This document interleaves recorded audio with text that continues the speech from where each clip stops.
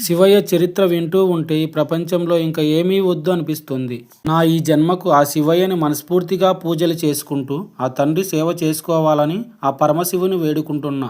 ఓం నమః శివాయ. శివయ్య, నువ్వు ఇష్టం కన్నా నా ప్రాణం అయిపోయావు. అంధకాసురు వధ.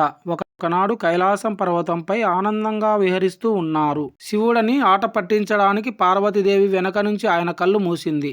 పరమేశ్వరుడు కళ్ళు మూయడంతో కొన్ని క్షణాలు అంతటా చీకటి ఆవరించింది.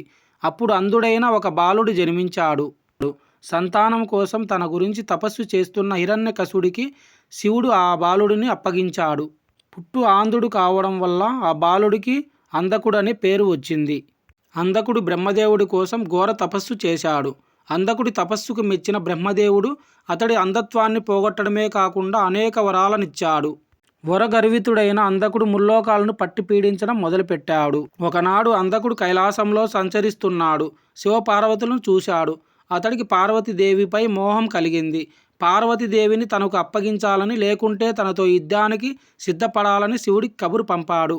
అంధకుడి అనుచితమైన కోరిక తెలుసుకున్న శివుడు అగ్రహోదకుడు అయ్యాడు. అంధకుడితో యుద్ధానికి తలపడ్డాడు.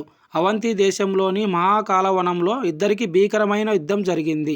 యుద్ధంలో అంధకుడు శివుడిని నానా రకాలుగా బాధించాడు. సహనం నశించిన పరమేశ్వరుడు పాశుపతాస్త్రాన్ని ప్రయోగించాడు. ఆ దెబ్బకు అంధకుడి శరీరం నుంచి రక్తం దారాలు కట్టింది. ఆ రక్తదారాల నుంచి అనేక అంధకాసురులు పుట్టుకొచ్చారు.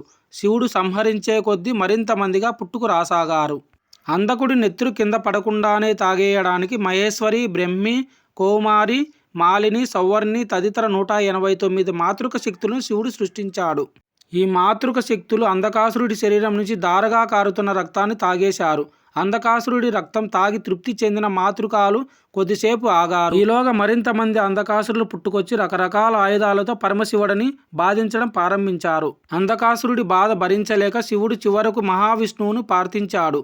అప్పుడు విష్ణువు హుటాహుటిన అక్కడికి చేరుకొని శుష్కరేవతి అనే శక్తిని సృష్టించాడు. ఆ శక్తి వెళ్ళి అంధకాసురుడి శరీరంలోని రక్తాన్ని చుక్కైనా వదలకుండా పీల్చేసింది. దాంతో కొత్త అంధకాసురుడు పుట్టడం ఆగిపోయింది. పోరులో మిగిలిన అంధకాసురుని శివుడు సంహరించాడు. శివుడు తన త్రిశూలంతో అసలు అంధకుడిని పొడిచాడు. అతడు నేలకూలి మరణించబోతూ శివుడిని భక్తిగా స్తుతించాడు.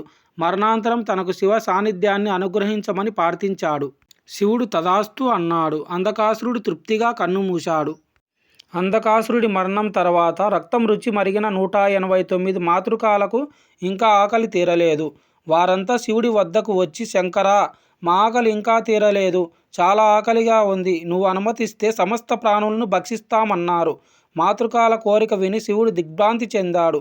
మాతృకాలారా, మీ ఆలోచన తప్పు. మీరంతా లోకాన్ని రక్షించాలని భక్షించాలని కోరుకోవడం దారుణం అన్నాడు.